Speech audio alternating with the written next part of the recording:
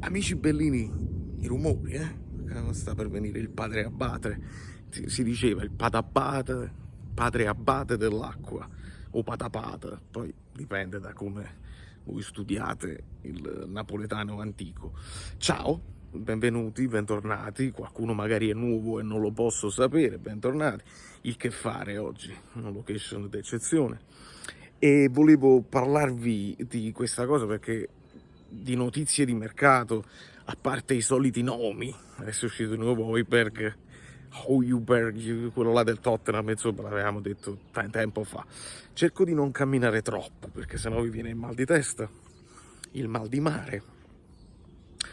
Luigi ha parlato e questa è la cronaca di oggi, senza voler fare polemica così, è più una domanda che faccio a voi perché io ho sempre detto una cosa, che secondo me De Laurentiis non ha mai avuto intenzione di vendere, e piuttosto nella sua idea, perché non è eterno, nella sua idea c'è quella di lasciare una legacy ai figli, visto che il cinema non va tanto bene più come all'epoca, qualcosa gli deve lasciare che i figli possano poi fare, e quindi noi vediamo Edo che fa parte del Napoli come vicepresidente, Valentina che è stata inserita, e poi Luigi che è stato messo a capo del Bari. E Luigi si è dissociato spesso dal padre, c'è stata una volta in cui l'ha fatto proprio in maniera evidente, e oggi sentiamo in una conferenza dire così. Ascoltate, ascoltiamo. Chiaro. Ma le parole di mio padre hanno fatto male anche a me all'epoca. Mi sono dissociato. Non è facile da figlio prendere certe decisioni, no? Quando ci si dissocia, quando comunque si lavora in un gruppo, che siamo un gruppo di lavoro, facciamo cinema, abbiamo il calcio, abbiamo altre aziende, quindi comunque ci confrontiamo.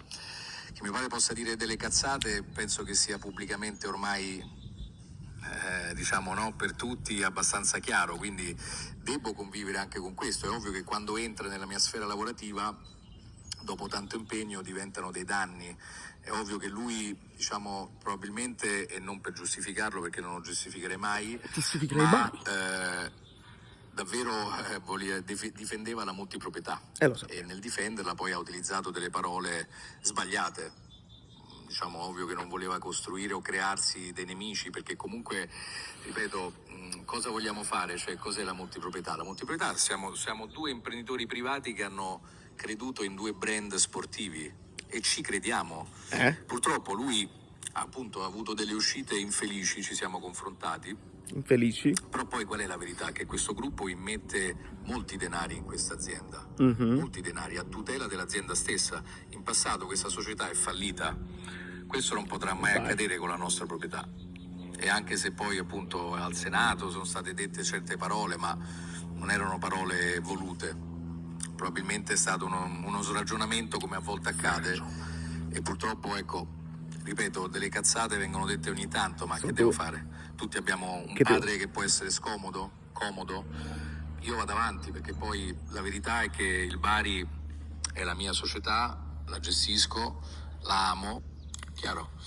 Ma E poi andrà avanti, ma non posso sapere. Allora, è abbastanza grave quello che dice il figlio del presidente. La domanda mia è, visto che non credo che il tifoso medio, non voglio togliermi da mezzo, ma insomma Edo non ha mai convinto al 100% per quanto riguarda il futuro del Napoli.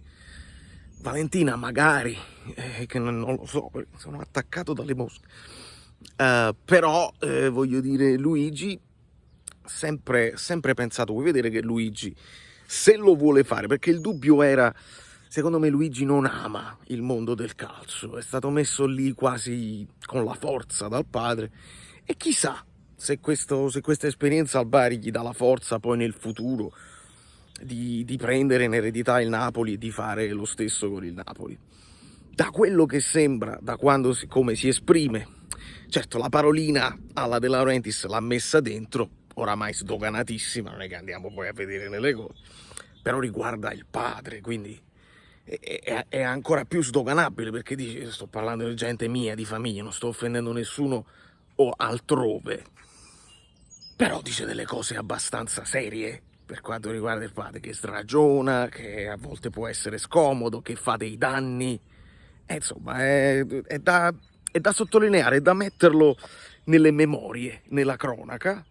E la mia domanda per voi è: vi convincerebbe Luigi De Laurentiis presidente del Napoli nel futuro? Perché potrebbe essere un più giovane, una versione più giovane del padre, con magari altre prospettive, magari un po' più moderne, con meno uscite del genere, un pochino sempre, però più... È stato molto diretto, molto preciso, meno giri di parole, meno parentesi aperte e mai chiuse. Che ne dite? Potrebbe essere una soluzione. Where are we? This is not New York, it's still New York. Da qualche parte a New York. Valerio Fluido è tutto. Vi abbraccio, vi bacio, vi chiedo dei like, ma questi sono video Spinazzola, dai, è uscito di nuovo il nome di Spinazzola, ditemi se vi convince Spinazzola. Però fate presto, perché poi devono arrivare altri video, insomma.